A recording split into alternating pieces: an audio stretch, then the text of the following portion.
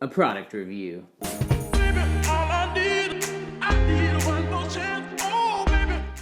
There's a lot of people talking about drones on YouTube, but I don't think anyone has done this exact comparison. The Mavic Pro, which I just got for Christmas from ARIELLE and fam. Who gave somebody a drone? It's awesome. And the Phantom 3 Pro, which I was shooting on before. So this review is going to be a little different from some of the others on YouTube. I use drones mainly as a camera platform. So I'm more interested in what is the camera like, how does it shoot in different conditions, post-processing that footage. So we took both of the drones out by the lake here in Austin, and we shot the same angles, and then we're going to bring them back in, post-process them, and take a look at what they look like when you would put them into a movie or a vlog or whatever kind of media you're using them for.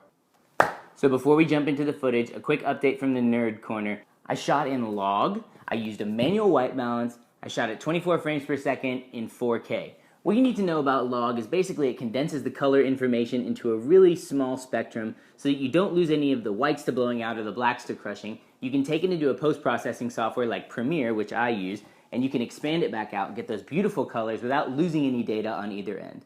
Basically, you're sacrificing a little bit of editing time so that you can have the shot that retains all the information. If you want to take a shot straight out of your drone and put it onto YouTube or Instagram, totally not the shooting mode for you, but if you really like post-processing, then you're gonna love it. There's a huge size difference. This guy's about the size of, about the same size as, basically about the same size as my dog, and the Mavic is not. The Mavic is probably the size of a small lizard or a ferret, and you're good to go. This is the Phantom case, and it goes in here like this, and it's just huge. And who has room for this? It's your backpack. It's a waste of space. But the real question is the Mavic footage and the Phantom footage comparable? Because if this guy provides a better footage, should you bring him instead of taking the small one so you can get that shot? Without further ado, the footage. So here's what the footage looks like side by side with the Phantom 3 on the left and the Mavic on the right. Now this is both just the log output of the drone. And this is what it looks like when we correct the footage and put some white balance correction in, correct the brightness and the contrast, add some saturation and things like that to make it look like it looked when we were there.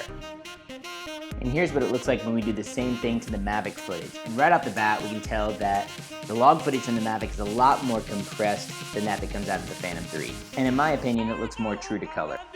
I admittedly did not lock the exposure when taking this footage, and we're flying straight at the sun here as it's setting, but there's still definite differences between the Phantom 3 footage and the Mavic footage here. If you're really looking for it, you can even detect a little bit of lens flare in the bottom left. One thing I haven't touched on so far is that the Phantom 3 features a continuous focus, which means that the shots will be in focus no matter how far you are from the subject. But in the Mavic though, it's a different story. It features what's called a tap to focus. DJI just introduced it with the Mavic. And if you forget to use it like I sometimes have, you'll get back and find that some of your shots are out of focus. I think this shot especially showcases the dynamic range of the Mavic. It's just as good as the Phantom. You know, at the end of the day, there's no debating that the footage has subtle aesthetic differences, but the quality's absolutely there with the Mavic, and that's got me stoked. It's also worth noting that some of these color palette differences could be attributed to my processing in Premiere, and I'm really looking forward to having more time to play with the Mavic footage. Subscribe, stay tuned, this is definitely going to be in the vlog.